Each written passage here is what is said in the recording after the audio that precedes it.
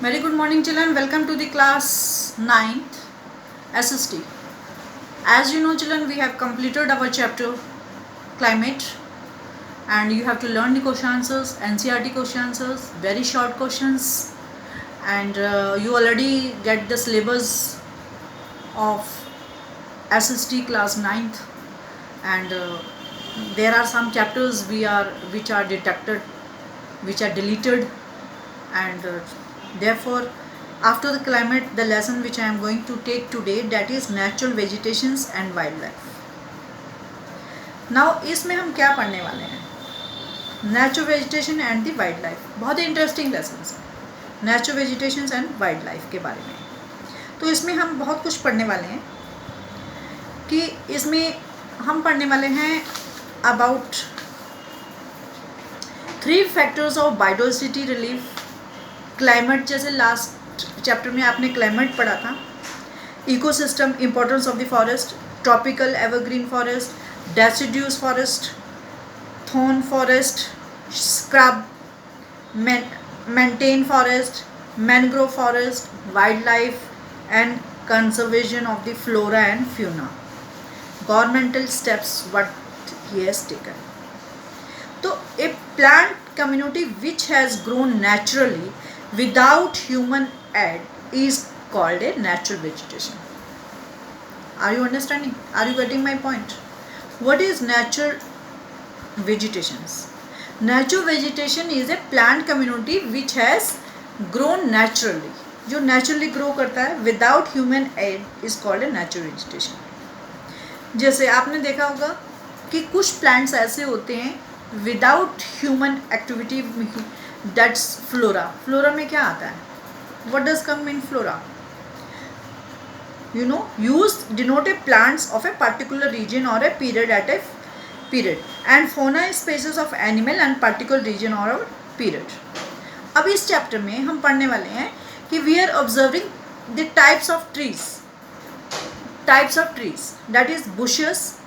Bushes वो होते हैं जो छोटे छोटे बुशेस होते हैं, छोटे छोटे ग्रास होते हैं जो इतने बड़े बड़े हो जाते हैं, अपने आप हो जाते हैं.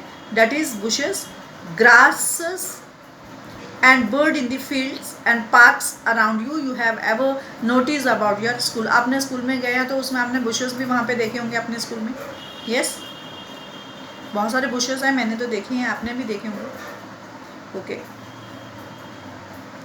Now, our country in India is one of the 12 mega biodiversity country of the world, जिसमें 47,000 plant species हैं. कितने? 47,000 plant species, जिसमें इंडिया जो है ऑक्यूपाइज करती है 12th place in the world of the 4th in Asia and plant diversity. There are about 15 flowering plant. कितने flowering plant है? 15,000 flowering plants in India, which is 6% जो in the world है total number of the flowering plant है. Country has many non-flowering plant, जैसे एलिगा, fungi, and India is approximately 90,000 species animals हैं, as well as rich variety of fish हैं, अलग अलग तरह के fishes हैं, अलग अलग varieties of the fishes हैं, and in its a fresh and marine water में. नेचुरल वेजिटेशन जो है तो दैट इज़ प्लांट कम्युनिटी है विच ग्रोज नेचुरली, जो नेचुरली ग्रो होता है, जिसमें आपको ग्रो करने की ज़रूरत नहीं पड़ती. बहुत सारे ऐसे प्लांट्स हैं जो नेचुरली ग्रो होते हैं without human, and has been left undisturbed by the human for a long. बहुत समय तक वो रहते हैं. This term is called a वाइग्रेंट वेजिटेशन, इसे हम कहते हैं. And the cultivated crops like fruits हैं, ऑर्चार्ड हैं. ऑर्चार्ड किसे कहते हैं? बगीचे को कहते हैं. ऑर्चार्ड्स हैं, form a part of vegetation but not a natural. लेकिन उसको जो हम लगाते हैं वो it is not a natural. जो हम कल्टिवेटेड करते हैं crops and fruits, orchard A part of vegetation है, ये एक हिस्सा है, एक पार्ट ऑफ वेजिटेशन का है, but not a natural vegetation. The term flora is use to denote a plants. तो फ्लोरा में क्या आता है? प्लांट्स आते हैं जो पर्टिकुलर रीजन में और ए पीरियड. एंड इसी सिमिलरली फोना जो है जिसमें एनिमल्स हैं, huge diversity of flora fauna, जिसमें किंगडम्स ड्यू टू दी. इसके कई कारण हैं. Number 1, relief. Now what do you understand by relief? Relief से what do you understand by relief? What do you understand by relief is that in which we can say that कि जो relief है, तो relief is, जैसे मैंने पहले आपको समझाया था आपको कि जो आपका नेचुरल वेजिटेशन है वो है आपका प्लांट कम्युनिटी जिसमें which has grow a natural without human aid and has been a left disturb by the human as a long time. And इसी तरह फ्लोरा जो है, इस टर्म को यूज़ किया गया है plants at a particular region of a time period में, और फ्यूना जिसमें एनिमल्स फाउंड होते हैं in a particular region which is reflected a fauna. And natural vegetations में जिसमें अनडिल्यूटिंग रफ रिमेन एरिया जहाँ पे ग्रास लैंड है, वुड लैंड है, develop and gives a shelter variety of wildlife. अगर ये प्लांट्स नहीं होते, अगर जो नेचुरल वेजिटेशंस नहीं होता तो what will happen is there are, if there is no plants and if there is no forest, अगर ये सब नहीं होता can the animals can get any shelter? No, they can not get a shelter.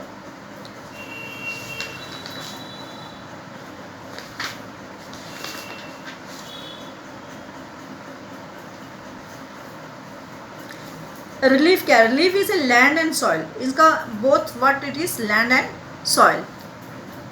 Okay, let us go to the relief. Land effects, relief के बारे में हम पढ़ने जा रहे हैं. That is land. Land effects the natural vegetation directly indirectly.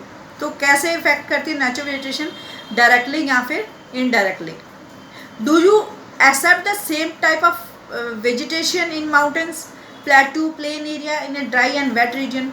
The natural land influences types of vegetation. कहता है जो फर्टाइल लेवल्स है जनरली डिनोटेड करता है एग्रीकल्चर. अगर कोई उपजाऊ है खेत लैंड तो उसमें then only you can do the vegetation agriculture.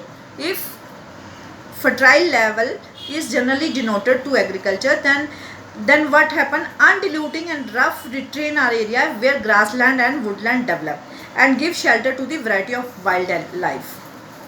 तो soil क्या है? Soil is also ovary or it is also very or ovary spaces in which we can say that जिसमें different type of soil provide होते हैं, different types of vegetations होते हैं. Sandy soil है, there are different types of soils are there. Sandy soil is also there जो desert में पाई जाती है. एंड स्पोर्ट कैक्टस, डेजर्ट में क्या होता है जैसे थोन्स टाइप्स का, कि वहाँ पे बहुत अच्छी क्रॉप्स नहीं होती है, लेकिन like a desert area like Rajasthan जैसे कैक्टस के प्लांट्स होते हैं ज़्यादा, is mostly there. Bushes are there, thorny plants are there. And it why is it like that? Because of the wet and marshy deltaic soils. And it also mangrove and deltaic vegetation है जहाँ पे hill slopes हैं. Some type of soil are conical trees हैं. तो इसके ऊपर किसका effect पड़ता है? क्लाइमेट का भी. तो डेजर्ट एरिया में बहुत ज़्यादा क्रॉप्स नहीं होती है because due to the rainfall. Why is it? Because of the climate. अब पिछले लेसन में हमने पढ़ा था क्लाइमेट के बारे में. अब जो क्लाइमेट है तो क्लाइमेट का इससे व्हाट है, depends upon the temperature. Understand? तो क्लाइमेट क्या है? एक टेम्परेचर है जिसमें extent of vegetations are mainly determined by temperature along the humidity in the air. Precipitation जो सॉइल है on the slopes of Himalaya hills of the peninsula above height 915 metres and fall the temperature effect types of the vegetation and its growth. तो इसमें क्या changes आते हैं, क्या बदलाव आते हैं? And tropical and sub tropical temperature और अल्पाइन वेजिटेशंस. तो we can discuss this climate, temperature. We will continue these topics by tomorrow. Okay.